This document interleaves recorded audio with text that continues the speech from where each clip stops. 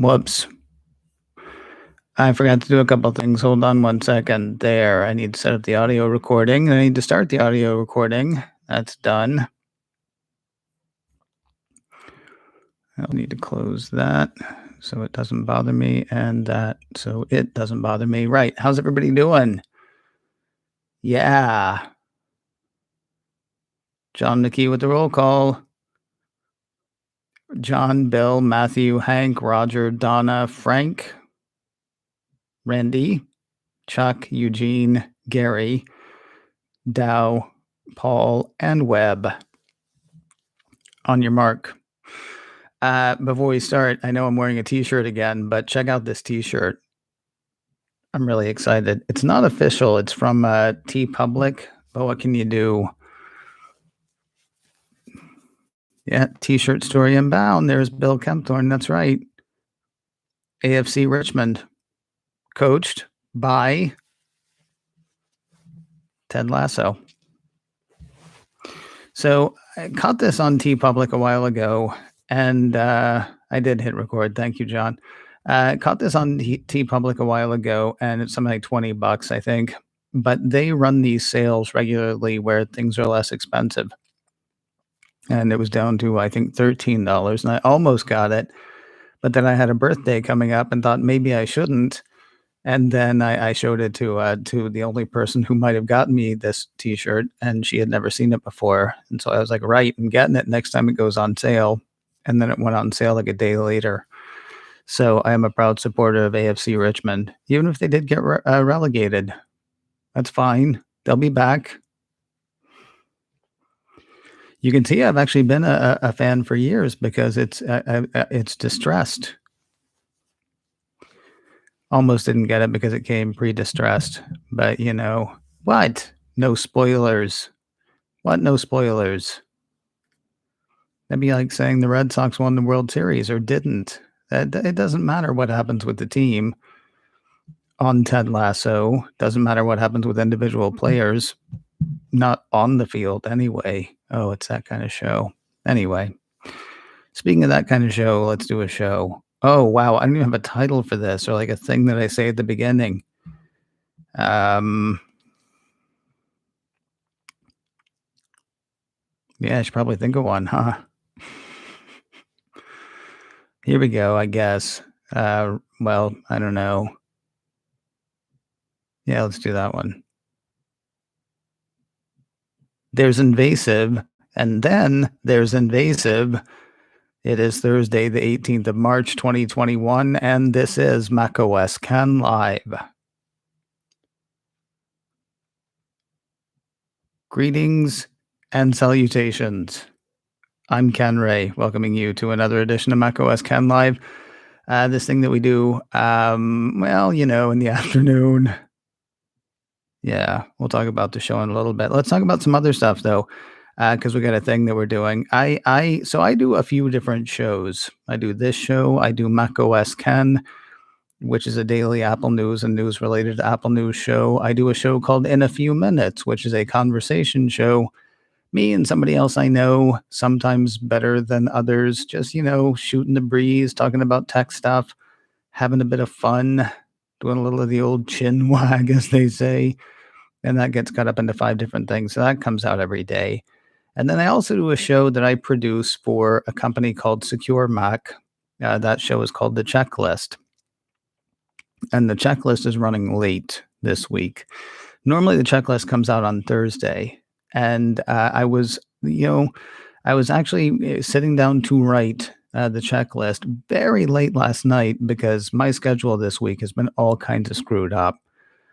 But I was sitting down to write the checklist very late last night and realized the article on which I was going to base it was, I won't say it was factually inaccurate. I will say it felt like it was flawed on many levels. Started with a piece in iMore, but you know, the piece in iMore was just kind of like a quick thing, and I knew that I would actually want to go to the deeper, you know, source. So this company called pCloud, which is an online cloud service. Their online cloud storage has written an article called, what is their article called? I can't remember off the top of my head exactly what it's called. The most invasive apps. Which apps are sharing your personal data? And the thing is, the iMore piece had said Facebook and Instagram, the most invasive apps on iOS, says report. Now, the report does say that. And the thing is, you hear that headline and you think, I have absolutely no problem believing that at all. I have no problem believing that Facebook and Instagram, which is owned by Facebook, are the most invasive apps on iOS. What is their bona fides? pCloud. We're experts in online privacy, they said in their report. So we looked at the concerns surrounding mobile apps, working out which ones require the most information in exchange for using them. By using the new Apple Privacy Labels feature in the App Store, we identified which apps share the most of your private data with third parties and which gather the most for their own benefits to find the most invasive overall. Let me back up a tiny bit. Mostly what you're hearing today is me trying to figure out how I'm going to do tomorrow's checklist by Secure Mac, because nothing that anybody has said there is untrue, except for the part, well, I guess nothing that anybody has said there is untrue. I don't know the people from pCloud, maybe the part where they say they are experts in online privacy. I don't know whether that's true or not.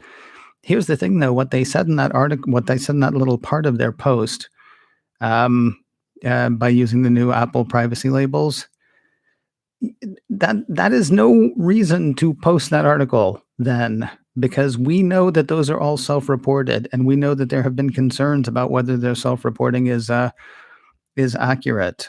I want to find the part where they talk about their methodology, because that was the next part that oh, did I get rid of that part? Oh no, there it is.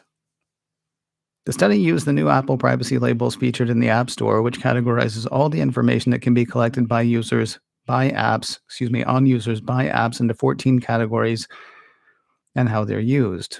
The sections that we analyzed are third-party advertising and developers advertising or marketing.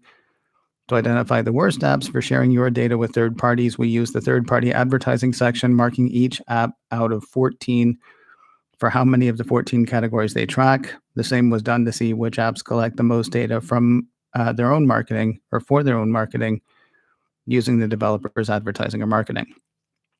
I don't really feel like you can say worse there because these people are being honest and upfront about it.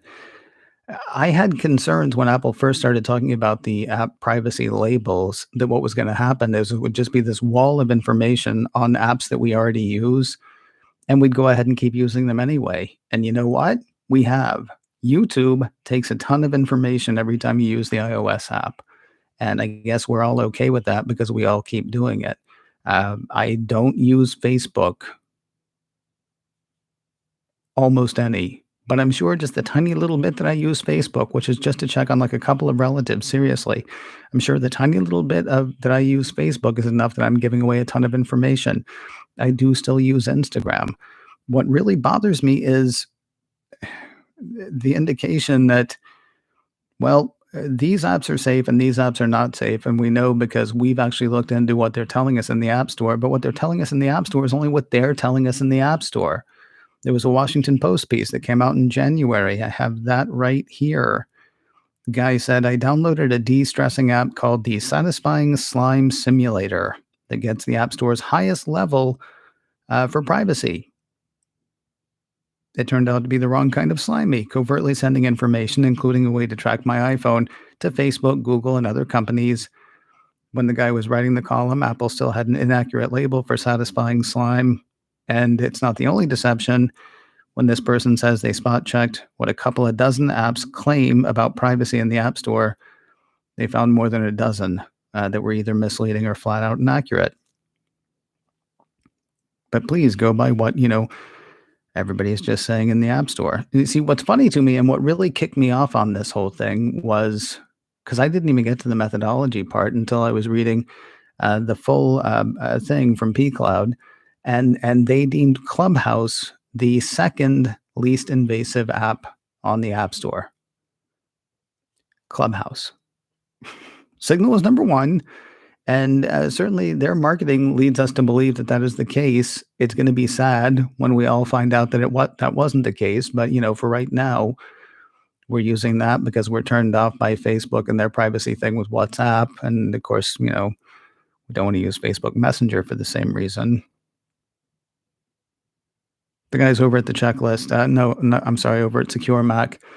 Hats off to Nick Leone because he researches a lot of this stuff and actually writes it up for their website. This will be in the late edition of the checklist, which comes out tomorrow.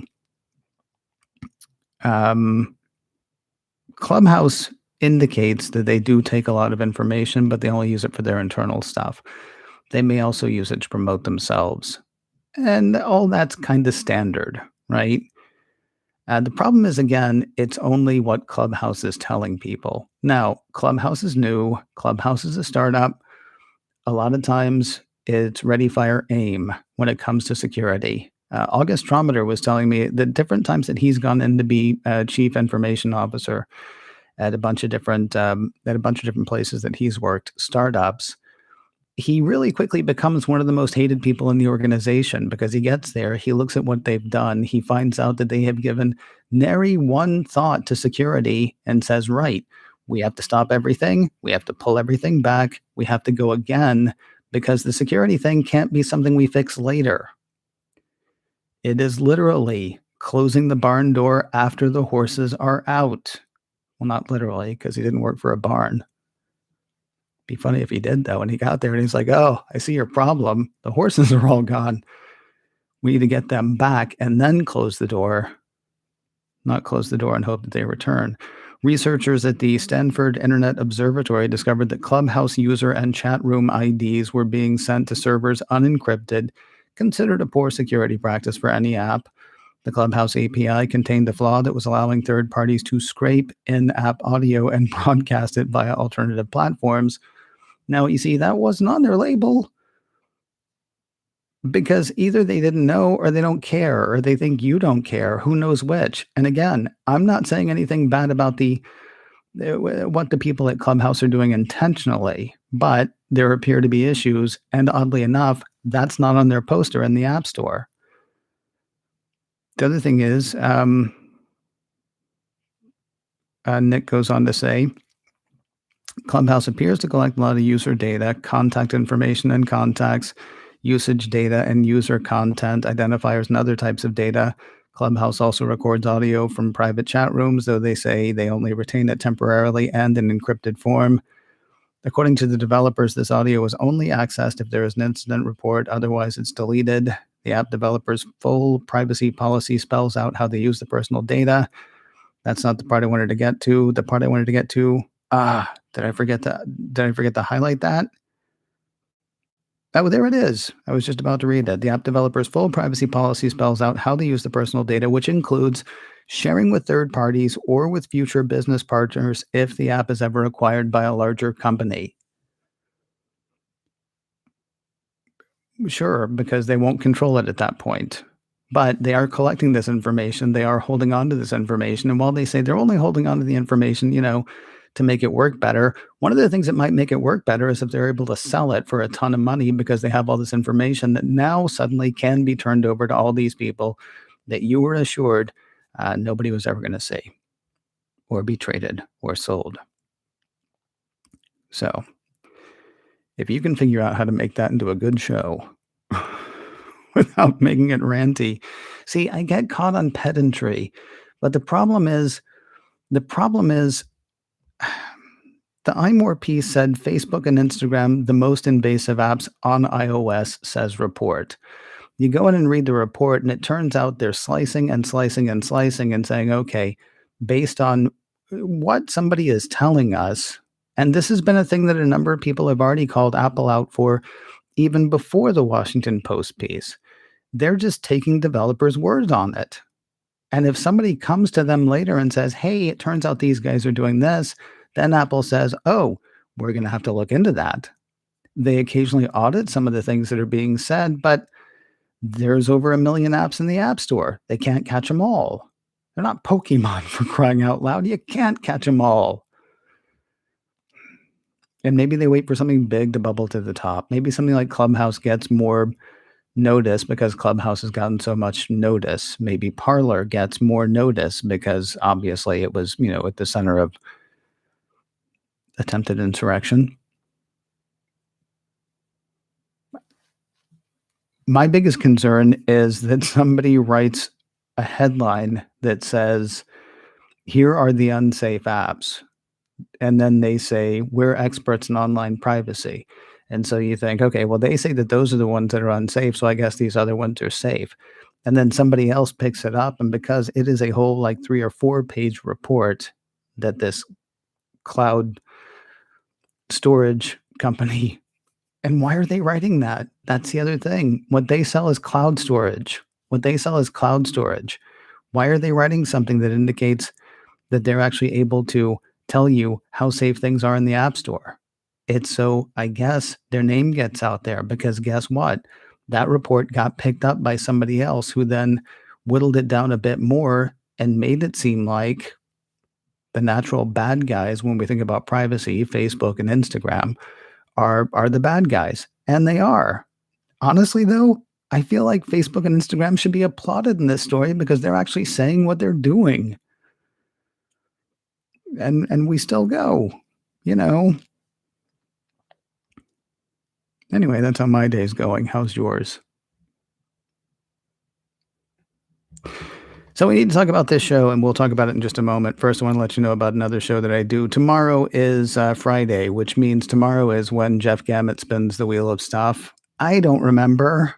I think his favorite, no, his one superpower, the first concert he ever chose to go to, and I can't remember what the other thing was. So it'll be exciting for all of us when Jeff Gamet spins the wheel of stuff. The show is called In a Few Minutes. It'll turn up Friday morning, wherever you follow podcasts. Doesn't it sound creepy when they say follow? I'm glad they didn't say stalk. Right. So this part is not fun. The problem with trying things publicly is if the things don't, go the way you hope publicly, then you have to stop them publicly. We'll get together and we'll do live stuff at some point, but I can't keep doing the live show every day for a few reasons. Part of it is because, as I mentioned, well, I told the people in the chat room, actually, I don't know if I ever said, basically, the office that I use is actually now being used by somebody as an office during the day because of real work. And it becomes a big disruption to have to shift one person from one part of the house to the other. And when there was no 40 hours a week, Zoom call meetings, all that stuff, that was fine. But that's not a thing that can persist in that way. Now, when I say all this stuff, none of it is in any particular order. That is one thing that's going into this. Another thing, unfortunately, that changes it is just it disrupts the other work that I do as well. In a few minutes, it can kind of happen on its own on the weekends. macOS Ken, though, is a thing that, I mean, by its very nature, is daily. And it takes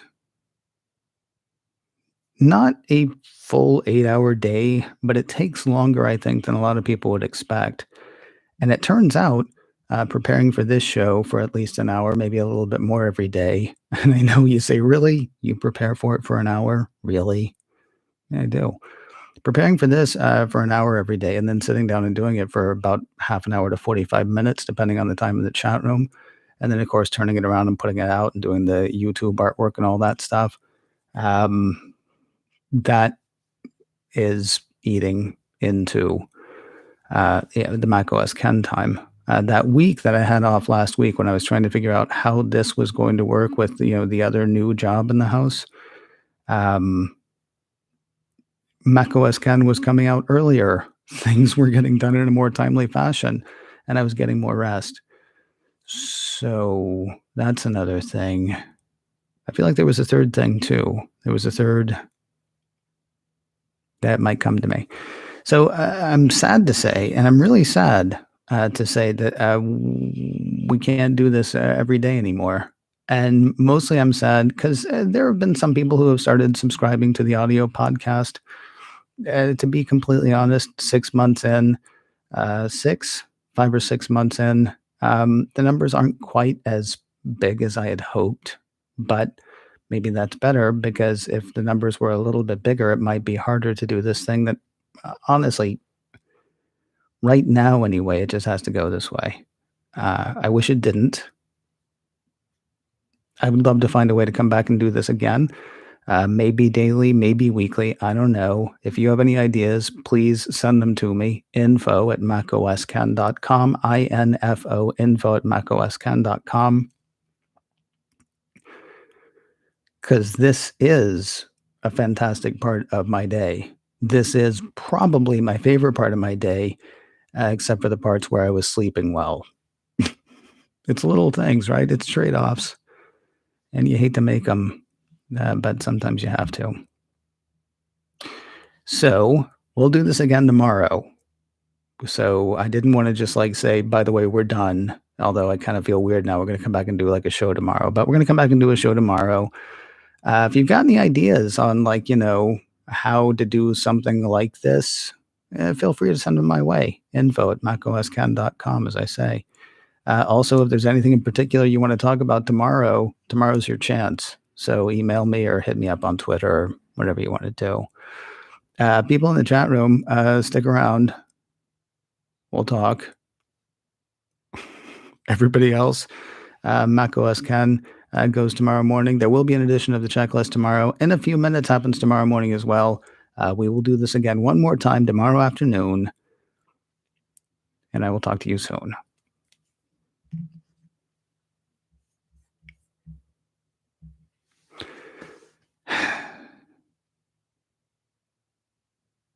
Sorry. I'm also bummed. I don't know who said they were bummed. I'm also bummed. Because I love getting together with you guys every day. Yeah, it takes me. Frank's right. My makeup. You think this just happens? All right. Let me go back up there. Should I go back up there? There's the roll call. There's the start of the show, right? Don't buy pre-distressed jeans or Fender guitars.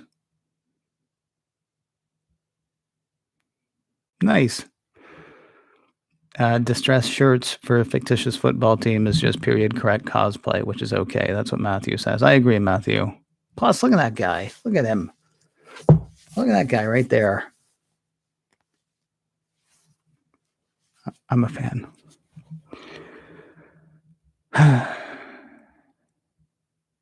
Roger says NFT is grift. Well,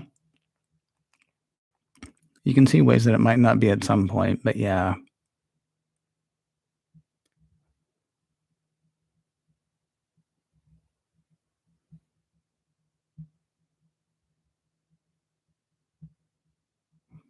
Roger says, I trust the NSA with my data more than I do Facebook. That's kind of hilarious. Matthew's writing a lot about guitars he owns. I own a guitar. It's an Alvarez. I don't know how to play it. Other people do.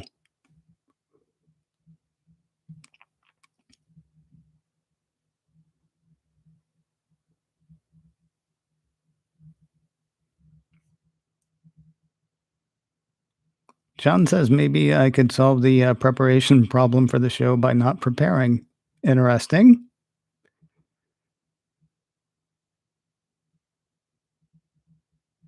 Just a casual chat. That's interesting too.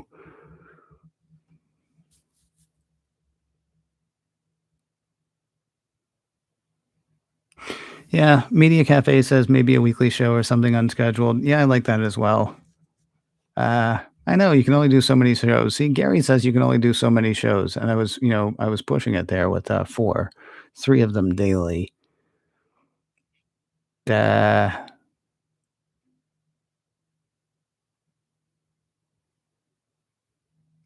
wouldn't know what to do with it. Roger says maybe a macOS Ken Slack or something like that. People have actually written to me about that before as a possibility for a Patreon thing or something. Do me a favor, write to me more about that idea.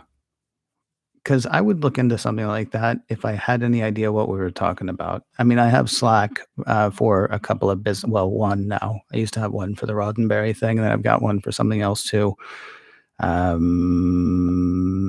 to sales for macOS Ken. So email me and let me know more about that. And if that is something that anybody else knows anything about and is also something that they would be interested in, email me and let me know because it sounds like fun to me. It reminds me of the idea of the Facebook group, which I know still exists, although that was started by somebody else and I have not been there in forever. But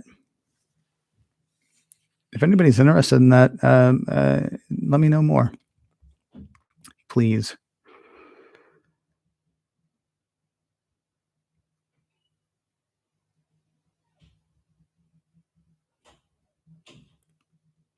Frank says not another Slack. Never mind.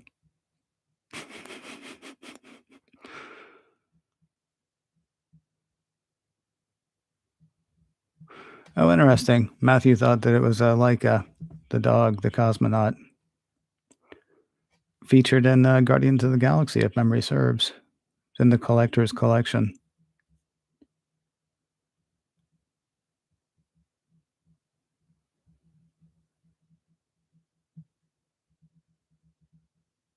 Well, we're not parting Frank. We're just not doing this every day.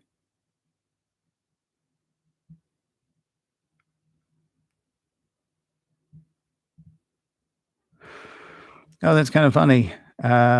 Fixed on 66. I don't think the pair thing was Foxconn, actually, although it might be a combination of Foxconn and Fisker.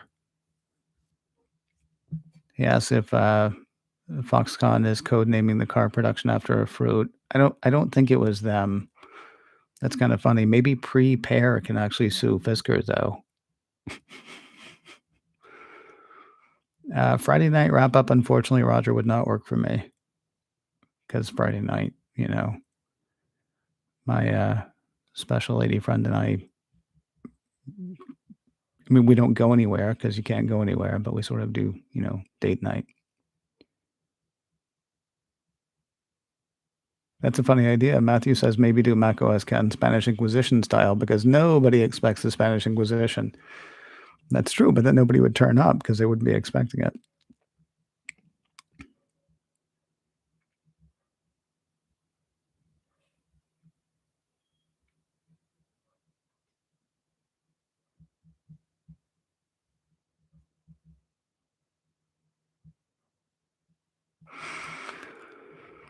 Hmm.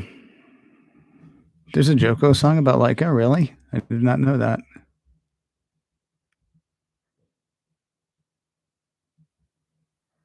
Pre-grocery shopping wrap up. Oh my god, it's gonna be so terrible tonight too.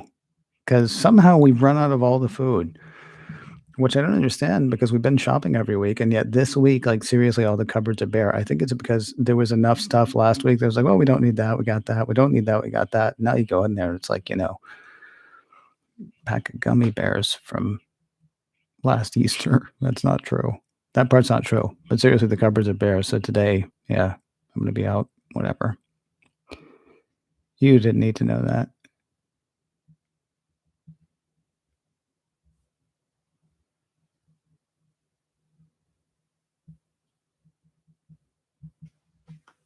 Oh, that's a bummer.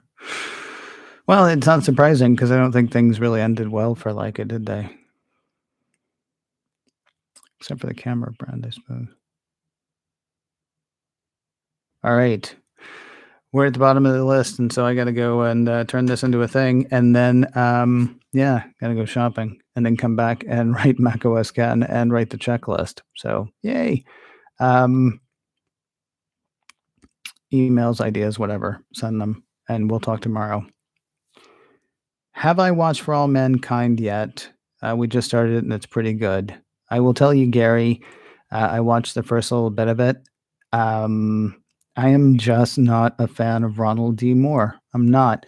I liked him in Battlestar Galactica. I liked his idea of Battlestar Galactica, but Battlestar Galactica I thought was fairly dark. And so his dark treatment of Battlestar Galactica is fine with me. His dark treatment of Star Trek, I just don't like it. I just don't like it.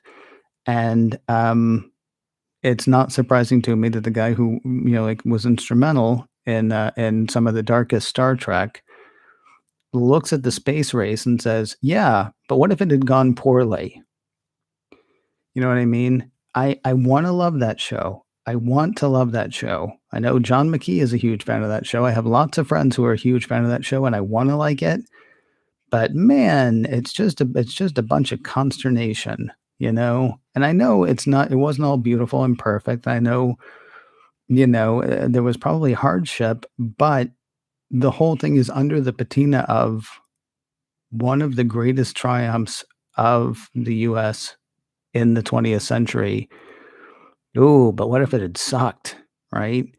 And I got like 4 or 5 episodes in, and I found that I just couldn't, as much as I wanted to, I just couldn't like it, and I really wanted to.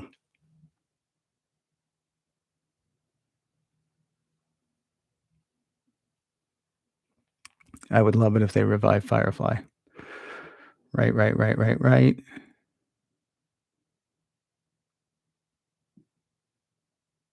Okay, now I'm really gone, right? Because we got to the end, and there's stuff happening over there, and I'm gonna read it. Okay, yeah, I have no doubt that that's true, John. Like, the fact that Werner von Braun ended up, getting us into space, I know that part's legit. I mean, partly anyway. Um, I understand what you're saying. It's just 64 crayons, and they're all a different shade of gray when it comes to Ron Moore. I don't get it. I don't get it. It's one happy thing. Anyway, now I gotta run. Take care, everybody. We'll talk tomorrow.